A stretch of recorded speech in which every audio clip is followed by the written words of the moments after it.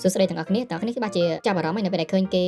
បាញ់លុយតាមរយៈកម្មវិធីធនាគារយឺចូលឬក៏ធនាគារផ្សេងៗនៅក្នុងប្រទេសជប៉ុនតាមរយៈទូរស័ព្ទដៃហើយក៏ចង់ធ្វើដូចគេដែរមែនទេអញ្ចឹងការបង្កើតកម្មវិធីធនាគារយឺចូលនៅក្នុងទូរស័ព្ទដៃដើម្បីបាញ់លុយបានហ្នឹងគេត្រូវធ្វើមិនខ្លះខ្ញុំនឹងបញ្យល់ទាំងអស់គ្នានៅក្នុងការបង្កើតវាហើយដើម្បីបង្កើតបានទាំងអស់គ្នាកុំភ្លេចត្រៀមសភៅធនាគារឬក៏កាតធនាគារយឺចូលរបស់យើងផងតោះអញ្ចឹងកុំឲ្យខាត់ពេលយើងទៅមើលជាមួយគ្នា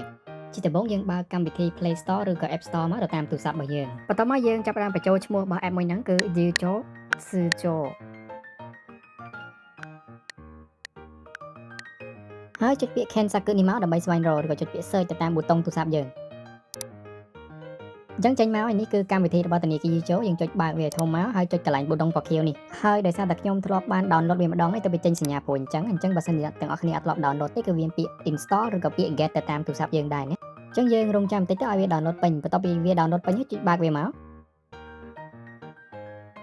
អូខេពេញហើយចុចពាក្យ open ដើម្បីបើកហើយយើងនឹងឃើញការបញ្យល់មួយតាក់ទងនឹងកម្មវិធីហ្នឹងយើងអាចចុចពាក្យ Sigi តាមសញ្ញាខាងក្រោមក៏បានឬក៏ខ្ជិលចុចពាក្យ skip ខាងលើក៏បានដូចដែលខ្ញុំបានបង្ហាញកន្លែងនេះចុចពាក្យ OK ហើយចុចលើពាក្យ Allow បន្តមកទៀតគេឲ្យយើងអាននិងយល់ស្របទៅលើបទបញ្ញត្តិនៅក្នុងការប្រើប្រាស់អញ្ចឹងយើងអូសចុះមកក្រោមរហូតមកទៅវាចេញសញ្ញាដូអ៊ីនេះឲ្យហើយចុចលើពាក្យដូអ៊ីស្រឹកនេះមកទៅទំព័របន្ទាប់ទៀតគឺធ្វើដូចគ្នាអូសចុះមកក្រោមហើយចុចពាក្យដូអ៊ីស្រឹក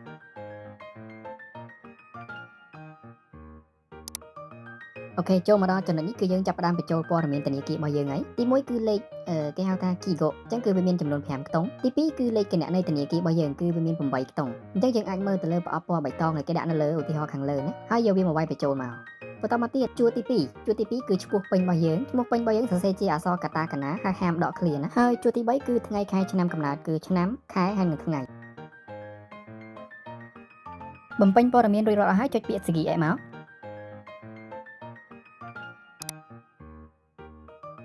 ចំណុចបន្ទាប់យើងចុចខាងលើនេះមក Ansho Bango to Denwa Bango Ninsho de Kakunin ហើយវាយបញ្ចូលលេខកូដ4ខ្ទង់នៃកាត ATM របស់យើងម្ដងវាយហើយចុចតម្លាក់ keyboard នេះចុះហើយចុចពាក្យ Sigi ចំណុចបន្ទាប់យើងផ្ទៀងផ្ទាត់លេខទូរស័ព្ទរបស់យើងដែលមាននៅលើប្រអប់ក្រហមដែលខ្ញុំដាក់នោះហើយបើអូខេត្រឹមត្រូវហើយយើងចុចពាក្យ Ninsho Kodo Hakosuru ហើយចុចអូខេមកគេនឹងផ្ញើលេខកូដទៅក្នុងទូរស័ព្ទដៃរបស់យើងរួចទៅបើកប្រអប់សារមកយកលេខកូដវាយចូលទៅលើបន្ទាត់ក្រហមដែលខ្ញុំដាក់នេះអញ្ចឹងខ្ញុំនឹងបើកប្រអប់សារយកលេខកូដមកវាយបញ្ចូលអូខេឃើញហើយនេះលេខកូដផ្ទៀងផ្ទាត់របស់ខ្ញុំ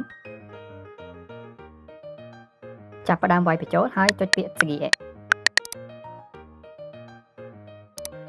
ត្រង់ចំណុចនេះគេឲ្យយើងវាយលេខកូដផ្ទៀងផ្ទាត់4ខ្ទង់ទៀតអាលេខកូដនៅក្នុងកម្មវិធីបញ្ជាក់វាយបញ្ចូលហើយគឺវានឹងនាំយើងទៅអេក្រង់ធនាគារអញ្ចឹងដោយសារតែទូរស័ព្ទនេះគឺខ្ញុំអត់បានដំឡើងអាកម្មវិធី Ninsho ដែលកម្មវិធីមួយដែលយើងប្រើដើម្បីបញ្ជាក់នៅពេលដែលយើងផ្ញើលុយហើយបើយើងអត់មានកម្មវិធីហ្នឹងទេគឺយើងអាចប្រើប្រាស់តាម app ហ្នឹងបានទេហើយវីដេអូនៅក្នុងការបញ្យល់ពីការបង្កើតកម្មវិធីហ្នឹងក៏ខ្ញុំបានធ្វើរួចរាល់ដែរអញ្ចឹងបើយើងមានចម្ងល់ឬក៏ចង់ដឹងឬក៏ចង់មើលចាំមើលខ្ញុំដាក់ឲ្យនៅក្នុង description ខាងក្រោមតោះចូលមកក្នុងវីដេអូយើងវិញចំណុចនេះយើងចុចពី OK មកហើយវានឹងចូលទៅក្នុងអេក្រង់ធនាគារវាចាប់ផ្ដើមទាញទិន្នន័យទាញអីអញ្ចឹងណាចំណុចនេះគេឲ្យយើងមើលពីរបៀបនៅក្នុងការប្រើប្រាស់អីផ្សេងអញ្ចឹងណាតែទាំងអស់ហ្នឹងសិតតែនិយាយជាភាសាជប៉ុនបើយើងអត់ចង់មើលទេយើងចុចពី Atode តែបើយើងចង់មើលយើងចុចខាងលើមក Imasugu check អញ្ចឹងយើងបានចូលមកដល់ក្នុងអេក្រង់ធនាគារហើយដើម្បីផ្ញើលុយគឺយើងចុចនៅខាងក្រោមនេះ Soking Shiarai សញ្ញាព្រួយមុខក្រោយនេះហើយរបៀបផ្ញើលុយនេះទៀតសោតគឺមាន2ទៀតទី1គឺផ្ញើដោយអត់អស់សេវាទី2គឺផ្ញើដោយអស់សេវាអញ្ចឹងការផ្ញើអស់សេវានិងអត់អស់សេវាគឺធ្វើបែបណាខ្ញុំនឹងបញ្យល់នៅវីដេអូបន្តទៀតអរគុណកុំភ្លេចចុច like និង subscribe ផងដើម្បីជាកម្លាំងចិត្តឲ្យខ្ញុំនឹងធ្វើវីដេអូចាយជាបន្តហើយបើចង់ឲ្យខ្ញុំធ្វើវីដេអូចាយជាអីក៏អាចសរសេរនៅក្នុង comment បានដូចគ្នាណាអរគុណសូមជម្រាបលា